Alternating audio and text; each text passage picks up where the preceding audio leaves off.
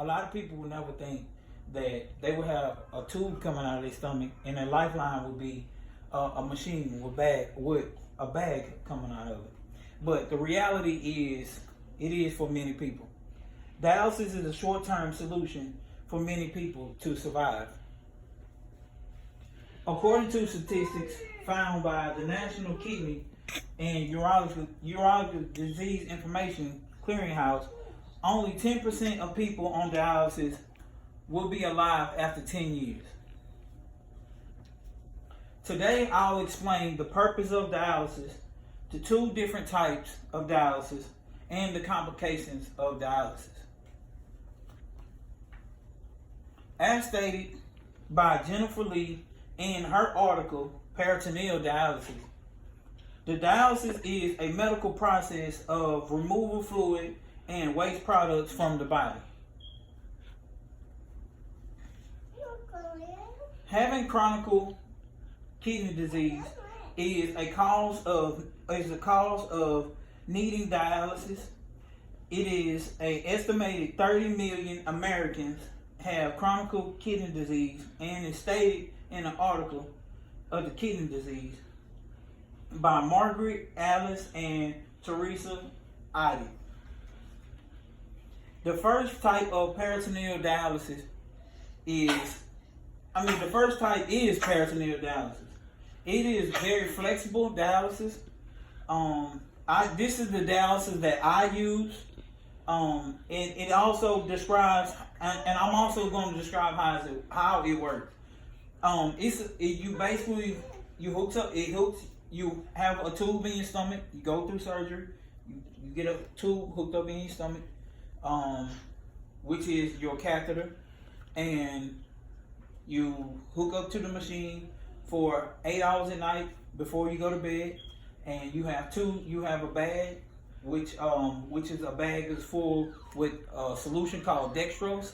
And what dextrose is basically sugar water, but it also has different things inside of the bag, which is the solution, and has calcium, magnesium, iron, just a bunch of different things that your body needs that is not getting because your kidney is not working. So basically, everyone know that that your kidney is your filter.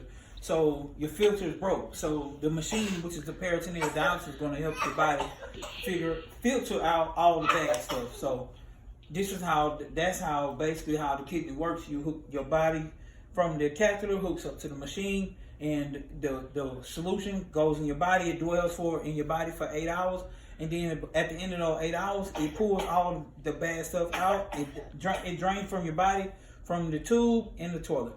That's how peritoneal dialysis works. The effects from peritoneal dialysis is peritonitis, which is the worst thing you can catch while on peritoneal dialysis. It's described by David Werner and Kristen Adams in the article Dialysis as given. These are some of the side effects of catching peritoneal dialysis: fever, tenderness, nausea, cloudy dialysate, which is like the solution from your peritoneal cavity. And I want to describe my experience. My experience from catching peritonitis was the worst pain I have ever had in my entire life. It was excruciating. It was unbearable. I had to go to the hospital. I stayed in the hospital for a week and a half, maybe 2 weeks, and it was unbearable. The pain, I was on morphine, and I cried. I had to put on the highway. I was throwing up. It was just the worst pain I have ever felt in my life. It was just terrible. But the one way to prevent yourself from catching peritonitis is to be very, very sterile. You gotta be very, very sterile. That's one way to prevent from catching peritoneal dialysis. The second type of dialysis is hemodialysis. Hemodialysis is defined by the article Dialysis by David Weiner and Christina Adams. Hemodialysis is when the blood is pumped out of the body and processed through the articular kidney called dialysis. It is an outpatient thing. It is an outpatient thing. It's something that you go to the clinic 3 times a week, Monday, Wednesday, and Friday. You stay for 4 hours a day. They hook, basically you sit in the chair for 4 hours a day, and you have a vein. They hook up to your vein, and it hooks up to the machine, and it filters out your blood for 4 hours. It pour all the bad stuff out, your bad blood out, puts it back in. Hemodialysis is more common. According to renal data system, in 2007, 99,888 people started hemodialysis, and only 6,376 people started peritoneal dialysis.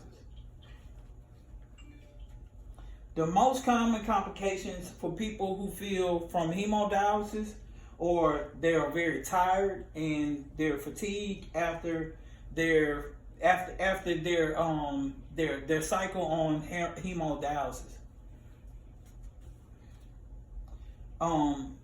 Dialysis is a tool for survival. I mean, once your kidney fail, in order for you to live day to day, you're going to have dialysis for you to live on a day to day basis. So you have 2 choices: either hemodialysis or peritoneal dialysis.